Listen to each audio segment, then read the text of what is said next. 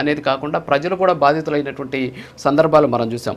ప్రశ్నించినటువంటి ప్రతి ఒక్కరి మీద ఇలాంటి పరిస్థితి ఉంది. కానీ ఇక్కడ సోషల్ మీడియా మీద ఆంక్షలు, లేకపోతే సోషల్ మీడియాని తొక్కేస్తున్నారు అనేటటువంటి దానికంటే సోషల్ మీడియాలో విశృంఖలత్వం పెరిగిపోతున్నటువంటి వాళ్ళ మీద ఈ చర్యలు ఉండబోతున్నాయనేది తెలుస్తుంది. పాలడు వినల్ గారు, గుడ్ మార్నింగ్ మేడం.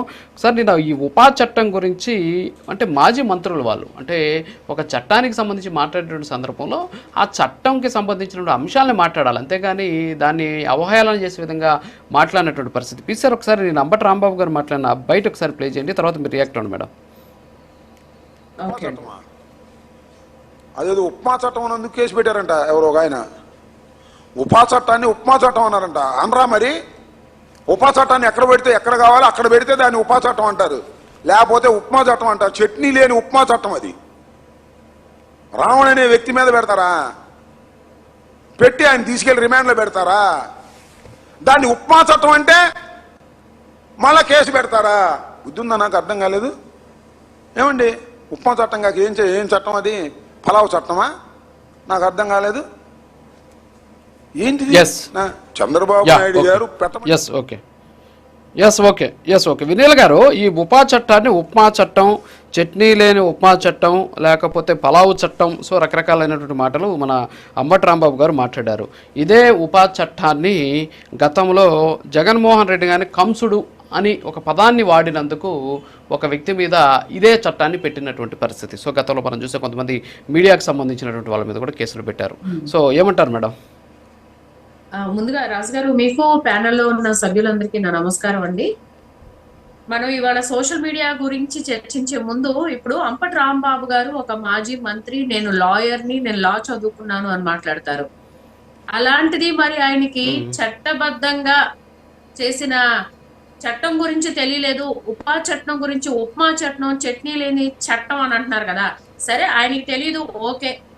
ప్యానెల్లో ఉన్నటువంటి వైసీపీ ఎమ్మెల్సీ గారికి ఏమన్నా తెలుసా దాని గురించి? పోనీ ఒకసారి ఆయన చెప్తే నేను కూడా విందామని ఉంది.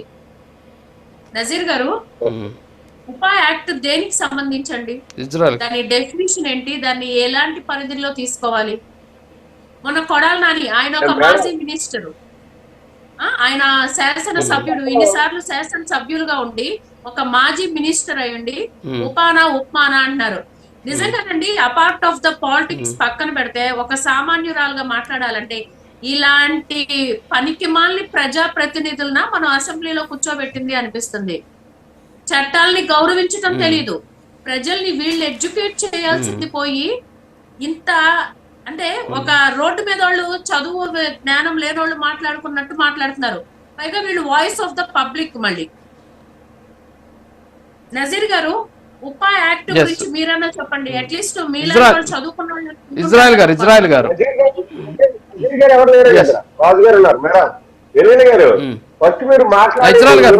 గారు మిమ్మల్ని మేడం గారితో మనం ప్యానెల్లో ఉన్నాము, ప్యానెల్లో ఉన్న సభ్యుడిని గౌరవించాలని ఆలోచనతో మాట్లాడితే బాగుంటుంది నేను అడుగుతున్నాను. ఎందుకంటే పనికి మానేళ్ళు అది ఇది అనేది మాట్లాడటం అనేది కరెక్ట్ కాదు. మీరు మాట్లాడే మాటలో గౌరవంగా మాట్లాడుకోవాలి. సరే, మీకున్న నాలెడ్జ్ కానీ, చంద్రబాబు నాయుడు గారికి ఉన్న నాలెడ్జ్ కానీ, పవన్ కళ్యాణ్ గారికి ఉన్న నాలెడ్జ్ కానీ, లేదా లోకేష్ గారికి ఉన్న నాలెడ్జ్ అందరికి ఉండదు కదా. అందునే కదా క్యాబినెట్ సమావేశం చేసి సమస్యలన్నిటిని వదిలేసి, ఆడబిడ్డలు లేదంటే కొత్త ఇల్లు వదిలేసి, కొత్త ఇళ్ల పట్టాలు వదిలేసి కరెక్టే సార్. ఇప్పుడు కాదు ఇజ్రాయెల్ గారు ఇప్పుడు వినీల్ గారు ఏమంటున్నారంటే, ఒకటి ఇక్కడ సరే, ఒక చట్టం ఉన్నప్పుడు ఒక మాజీ మంత్రిగా ఆయన మంత్రిగా పనిచేశారు. గతంలో మంత్రిగా పనిచేసినప్పుడు ఒక చట్టాన్ని అపహాస్యం చేయడం కరెక్ట్ అంటారా మీరు? సరే, చట్టాన్ని అపహాస్యం చేయడం కరెక్టా? అది కరెక్టా? అది అతని మీద పెట్టడం రైటో రాంగో పక్కన పెడితే అసలు చట్టాన్నే అదేదో కొత్త చట్టం అంటాడు. మరి కొత్త చట్టం అంటారు, 1967లో ఇచ్చినటువంటి చట్టాన్ని కొత్త చట్టం అనేటటువంటి పరిస్థితి ఉంది. అవునవును, కొత్త చట్టం అనేసి అంటారు, అది కరెక్ట్ కాదు కదా. ఉపా చట్టం తీసుకొచ్చినప్పుడు మరి ఇవాళ ఒక టెర్రరిజం భావజాలంతో మాట్లాడి